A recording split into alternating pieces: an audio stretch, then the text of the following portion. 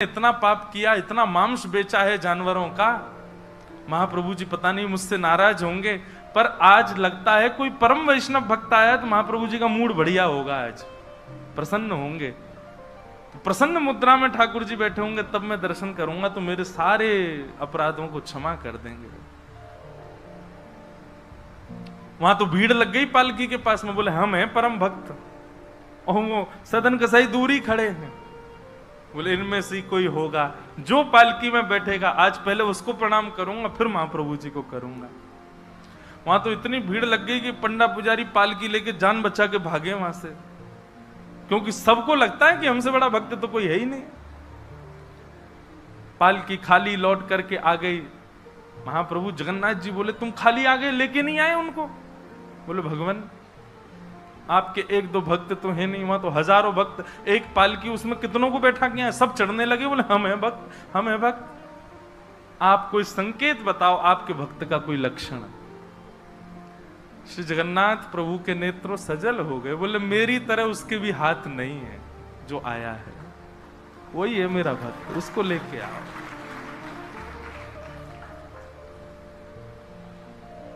पुजारी पालकी लेकर के दोबारा गए। पुजारियों ने जाकर के जब उनकी स्थिति को देखा, कोई अपने नेत्रों के आंसुओं को रोक नहीं पाया। बार बार महाप्रभु जगन्नाथ जी को प्रणाम करें, कितने दयालु हैं नाथ, कितने कृपालु हैं आप। सदन कसाई को जाकर के पुजारियों ने उठाया, बोले चलो महाप्रभु जी ने तुम्हारे लिए पालकी भेजी।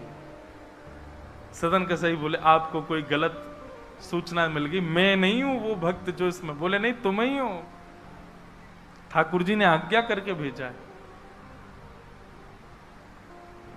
सदन कसाई बोले अगर मैं पालकी में बैठा तो मेरे अभी प्राण निकल जाएंगे, आप सबसे प्रार्थना है मेरी, मैं महाप्रभु जी की आज्ञा स्वीकार करता हूं, मैं आपके संग चल दूंगा, लेकिन पालकी में नहीं बैठ सकता।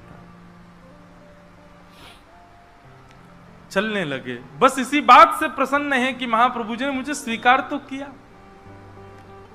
और जैसे ही सिंह द्वार पर पहुंचे और दंडवत करते ही जैसे ही श्री पतित पावन भगवान, सिंह द्वार पर ही श्री पतित पावन भगवान है, बाहर ही उनका दर्शन हो जाता है।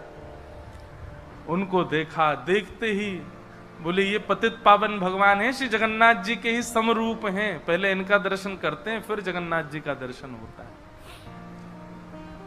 जैसे ही दंडवत किया, अभी तक तो उनको ग्लानि नहीं थी कि मेरे हाथ नहीं है, पर अब दंडवत करते समय उनको तनिक एक ग्लानि सी हुई।